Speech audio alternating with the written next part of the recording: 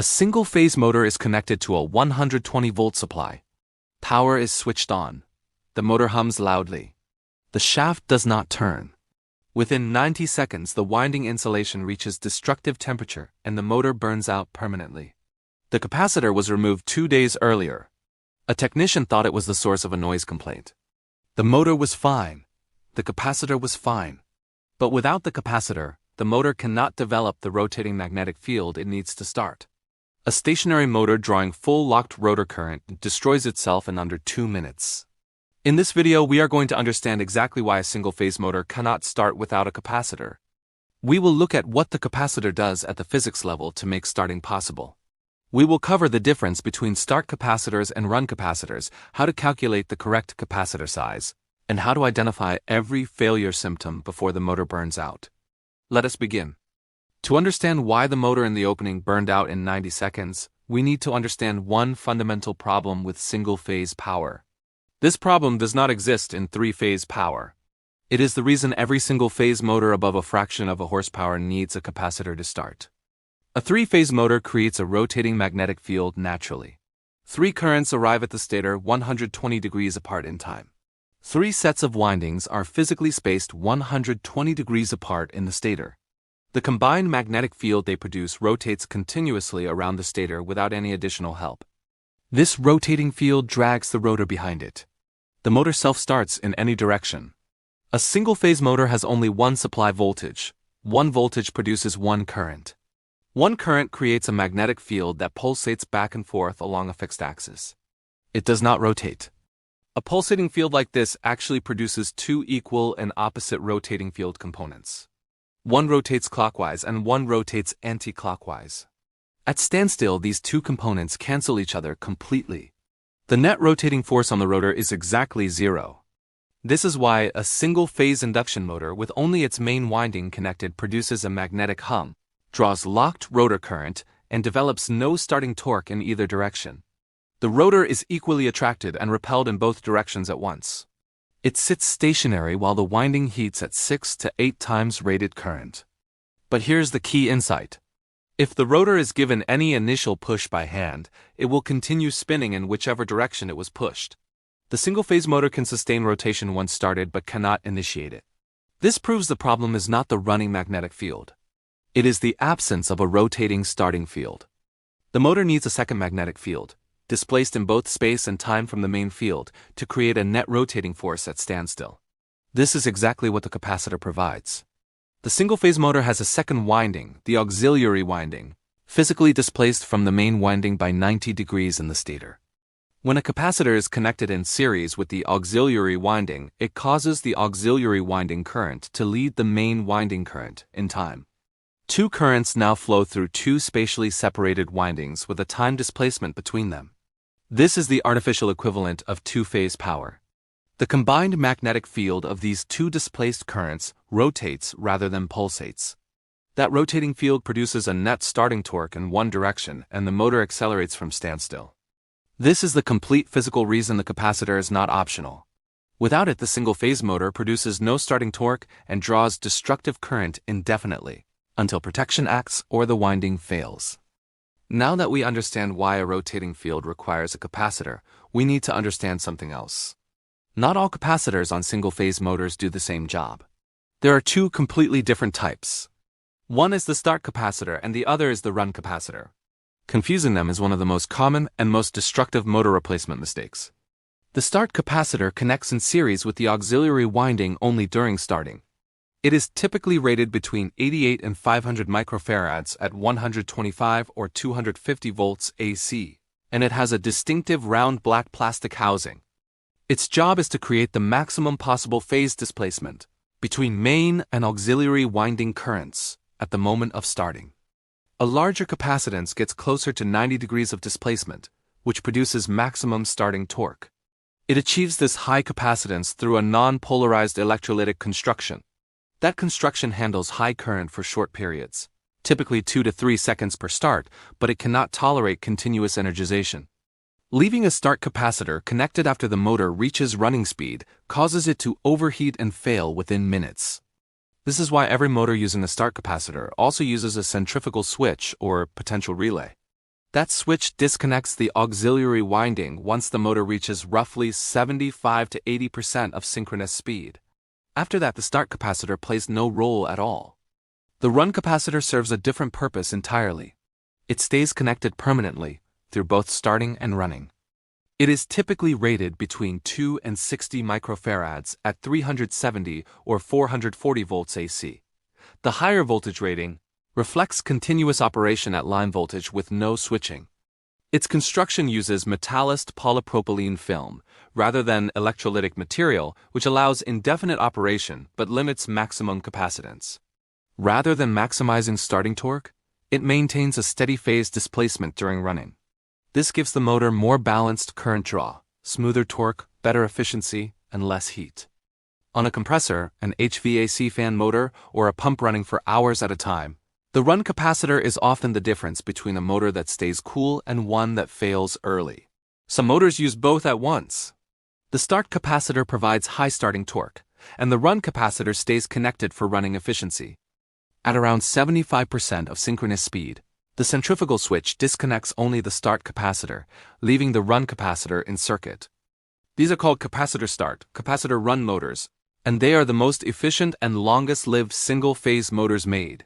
A typical 1 horsepower heavy-duty motor uses a 150 to 300 microfarad start capacitor paired with a 30 to 45 microfarad run capacitor.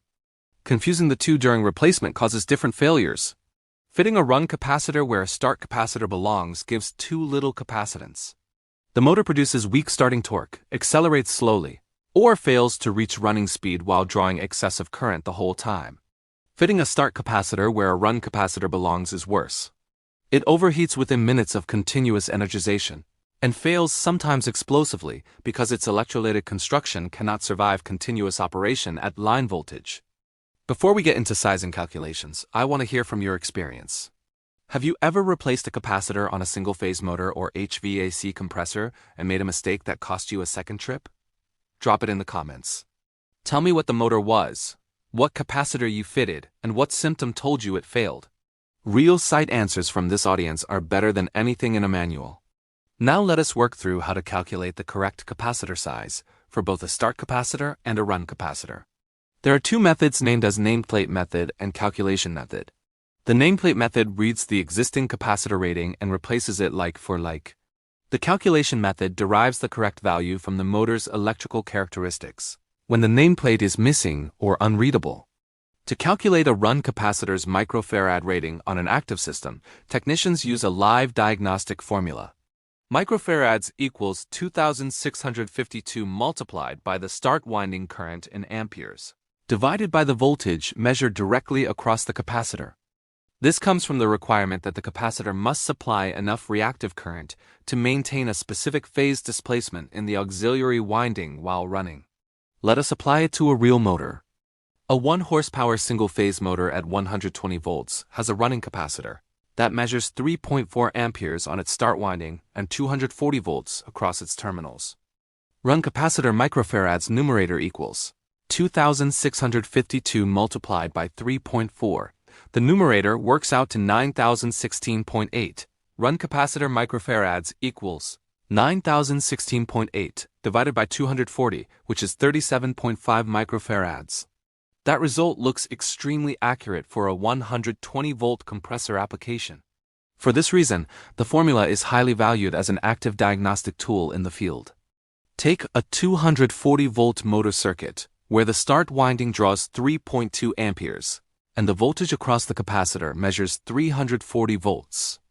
Run capacitor microfarads equals 2,652 multiplied by 3.2. The numerator equals 8,486.4. Run capacitor microfarads equals 8,486.4 divided by 340, which is 24.96 microfarads.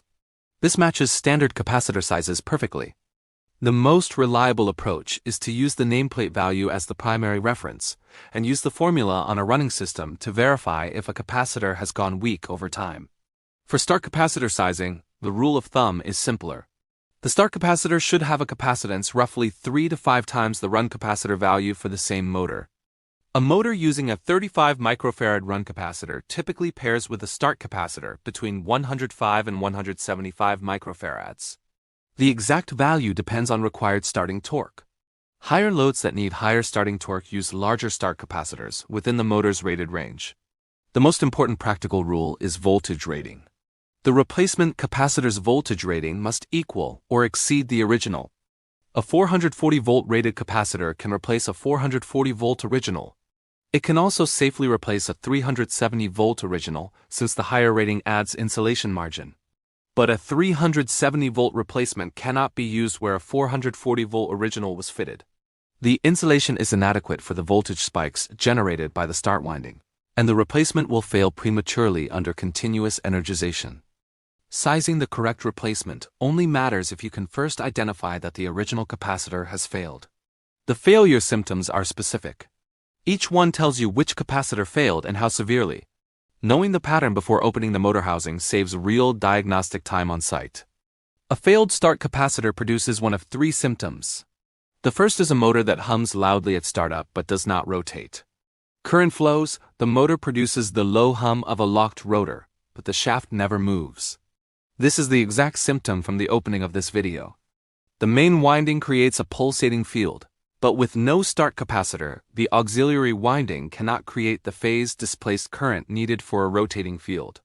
The motor draws locked rotor current 6 to 8 times rated current, continuously until overload protection trips or the winding fails. The second symptom is a motor that only starts with a manual push. A gentle push in either direction gets it accelerating normally. This confirms the motor can sustain rotation once started but cannot produce the initial rotating force, and it points specifically to a failed start capacitor. The third symptom is a motor that starts slowly, takes far longer than normal to reach full speed, and draws excessive current throughout that extended acceleration. This points to a start capacitor that has partially degraded rather than failed completely, producing some phase displacement but not enough for rated starting torque. A failed run capacitor produces quieter, more subtle symptoms. The most common is a motor that starts normally but runs noticeably hotter than usual, under the same load. Without the run capacitor maintaining phase displacement during running, the motor draws unbalanced current, copper losses rise, efficiency drops, and winding temperature climbs with no obvious outward sign. The motor keeps running while silently damaging its own insulation. The second symptom is reduced torque at full speed. A fan moves less air than expected, a compressor struggles to hold rated pressure, or a pump delivers less flow than its rating. The third symptom is higher than normal running current measured at the supply. Confirming failure without a dedicated capacitor analyzer starts with a visual check. A failed capacitor often shows physical evidence: a bulged or cracked housing, a ruptured pressure relief vent, leaked residue, or a visibly burned casing. If nothing is visible, discharge the capacitor through a resistor first, then check resistance with a standard multimeter.